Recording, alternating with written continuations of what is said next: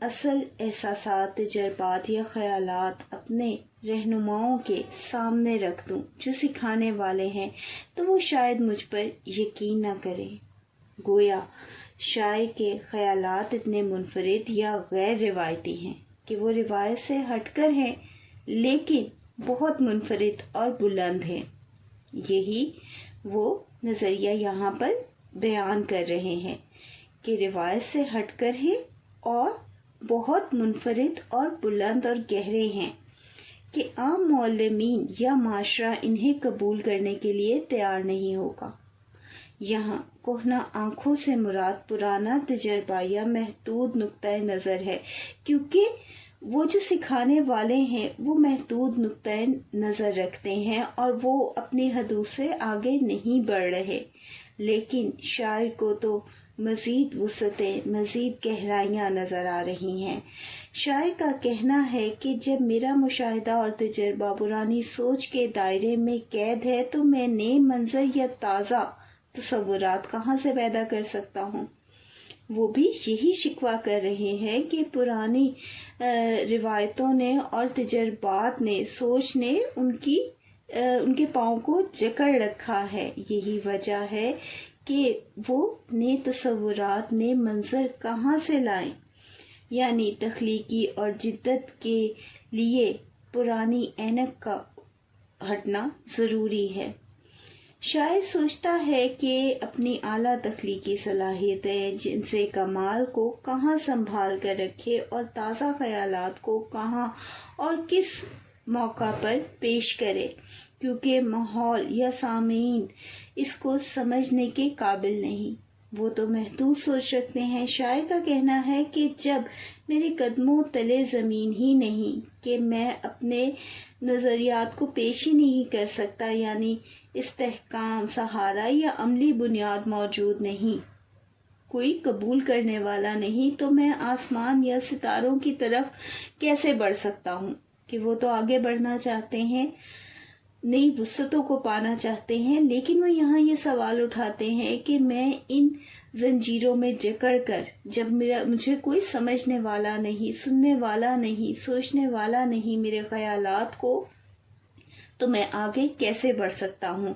یہ تخلیقی فکر سفر میں مشکلات اور وسائل کی کمی کا شکوہ ہے۔ انہی محدود نظریات کا جو ہے انہیں پابند بنایا جا رہا ہے۔ یہ اشعار کیسے تخلیق کار کی کیفیت کو بیان کرتے ہیں جو نئی سوچ اور جدت کا خواہاں ہے، مگر روایتی سوچ حالات کی تنگی اور قبولیت کی کمی روک رہی ہے۔ یہ شاعر کی مایوسی، فکری تنہائی اور جدت پسندی کی پکار ہے۔ یہ اشعار بقول اقبال: ستاروں سے آگے جہاں اور بھی ہیں، ابھی عشق کے امتحاں اور بھی ہیں۔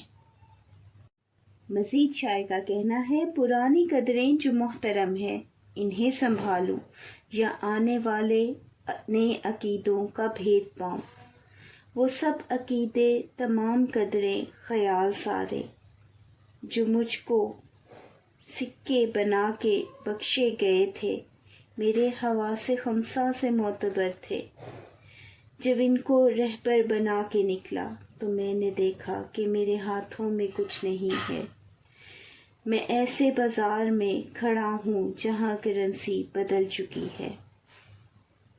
یہاں شاعر کا کہنا ہے کہ وہ ایک ایسے دوراہے پر کھڑے ہیں جہاں ایک طرف تو پرانی روایات اور قدریں ہیں جنہیں معاشرے میں عزت احترام حاصل ہے، کہ یعنی جو قدریں انہیں معاشرہ سکھا رہا ہے، جس کا پابند بنا رہا ہے، وہی قابل احترام بھی جانی جاتی ہیں، لیکن دوسری طرف نئے نظریات اور عقائد ہیں جنہیں سمجھنا باقی ہے، کہ جدت کو سمجھنا بھی ابھی ضروری ہے اور باقی بھی ہے۔ وہ سوچتا ہے کہ آیا پرانی قدروں کو محفوظ رکھے، کہ انہی پر چلے اور انہی تک محدود رہے، یا نئے خیالات کی حقیقت تک پہنچے، نئے بھید جانے۔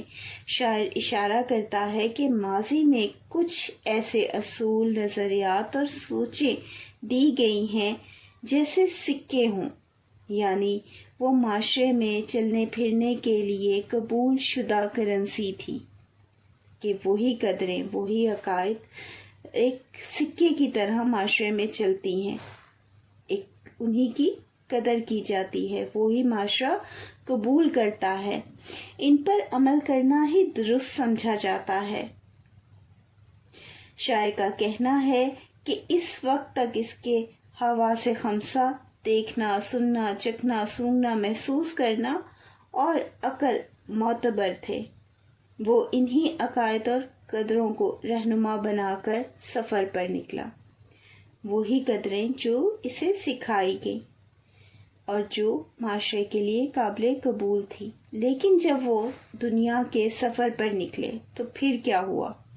یہاں یہ خیال پیش کیا جا رہا ہے، لیکن جیسے ہی عملی زندگی میں قدم رکھا، اسے اندازہ ہوا کہ وہ نظریات اور قدریں اب کارآمد نہیں رہیں، ان کے پاس حقیقت میں کوئی ایسا سرمایہ ہی نہیں تھا جو موجودہ دنیا میں کام آتا۔ شاعر کا کہنا ہے کہ وہ ایک ایسے بازار یعنی دنیا کے نظام میں آگے ہیں جہاں پرانی قدروں اور عقائد کی حیثیت ختم ہو چکی ہے، کہ دنیا ایک ایسا بازار ہے جہاں پرانی قدروں اور عقائد کی تو حیثیت ہی نہیں رہی، یہاں اب نئے اصول، نئے معیار اور نئی کرنسی رائج ہے اور پرانے سکے بیکار ہو گئے ہیں۔ یہ نظم یا اشعار فکری تضاد اور سماجی تبدیلی کے احساس کو بیان کرتی ہے۔ بنیادی طور پر کیا ہے یہ نظم یا اشعار؟ فکری تضاد اور سماجی تبدیلی کے احساس کو بیان کرتی ہے کہ بہت کچھ بدل چکا ہے۔ شاعر ماضی کے معتبر قدروں اور موجودہ وقت کے نئی حقیقتوں کے درمیان پھنس کر یہ سمجھتا ہے کہ دنیا بدل چکی ہے اور جو سرمایہ، عقائد، نظریات، اصول اسے ورثے میں ملے تھے وہ اب چلنے کے قابل نہیں رہے۔ لیکن معاشرہ اس تبدیلی کو قبول کرنے پر آمادہ نہیں ہے اور یہی ان کا دکھ ہے اور یہی نئی نسل کا نوحہ بھی۔ بچوں، اس چینل کو آپ زیادہ سے زیادہ اپنے دوستوں کے ساتھ شیئر کریں تاکہ اس کوشش کو جاری رکھنا ممکن ہو سکے۔ اللہ تعالیٰ آپ سب کو کامیابی دے اور آپ اسے